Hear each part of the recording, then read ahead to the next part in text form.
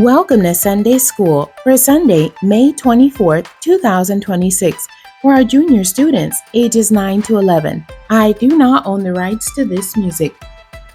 Today's Bible basis is coming out of Luke chapter 18, verses 15 through 17, and Mark chapter 10, verse 16. The title of today's story: First Pitch. Jason sat on the edge of his bed and stared at the baseball card. "Are you bummed, bud?" Dad leaned against the door frame. "Yeah." He barely even looked my way. Jason and Dad had waited in line for over an hour to see their favorite baseball player at the mall. They had been next in line when time ran out.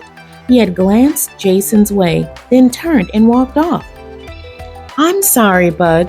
"I know. Thanks for taking me." Jason set the card on his nightstand. The paper next to it was from last week's Sunday school. Jesus never turned the kids away. "You're right, he never did. He loved the little children and spent time with them even though the disciples said time was up. I wish that guy had been a little more like Jesus. It's not like he's playing right now. He's hurt." Jason grumped. "You're right," Dad answered slowly. "But we also need to remember Jesus forgave people. There may have been something else going on we didn't know about." Jason nodded. "All right, but that doesn't mean I'll stand in line for him again." Dad smiled. "You don't have to, but remember to keep an open mind." He tilted his head toward the living room. "Why don't we watch the ball game?" They sat on the couch and watched as their team prepared to take the field. There, dressed in blue jeans and his jersey, was Jason's favorite player.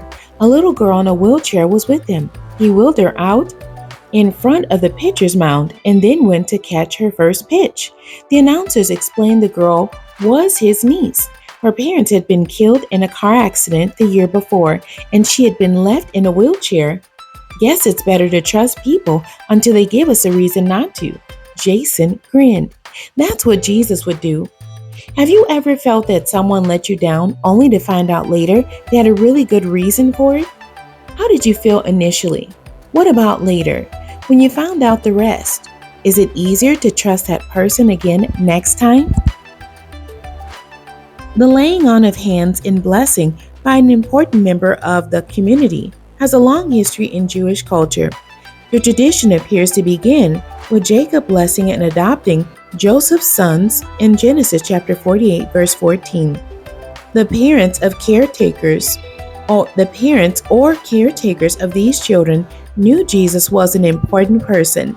They may not have understood that he was the Son of God, but they knew he was at least a prophet, and obtaining his blessing for their children would be a very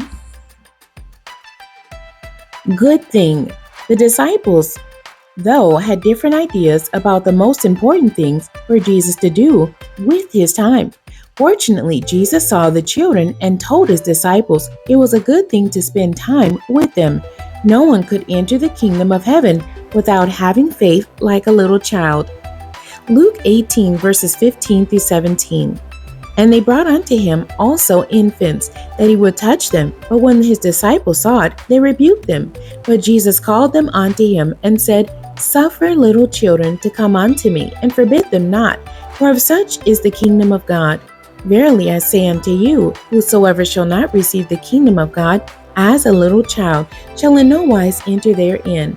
Mark chapter 10, verse 16. "And he took them up in his arms, put his hands upon them, and blessed them." Jesus showed his love for the children by inviting them to spend time with him. Talk with a partner about the ways you know your parents or others in your life love you. The memory verse: "Verily I say unto you, whosoever shall not receive the kingdom of God as a little child shall in no wise enter therein." From Luke 18, verse 17.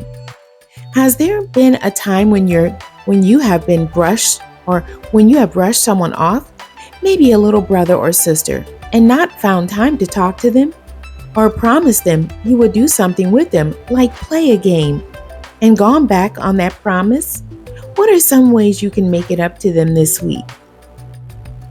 With your teacher, come up with some ways you can show love to the people in your life this week. Start by praying for the people that come to mind and praying for your acts of love toward them. Then carry out those plans. The end. God bless you and thank you for joining me today.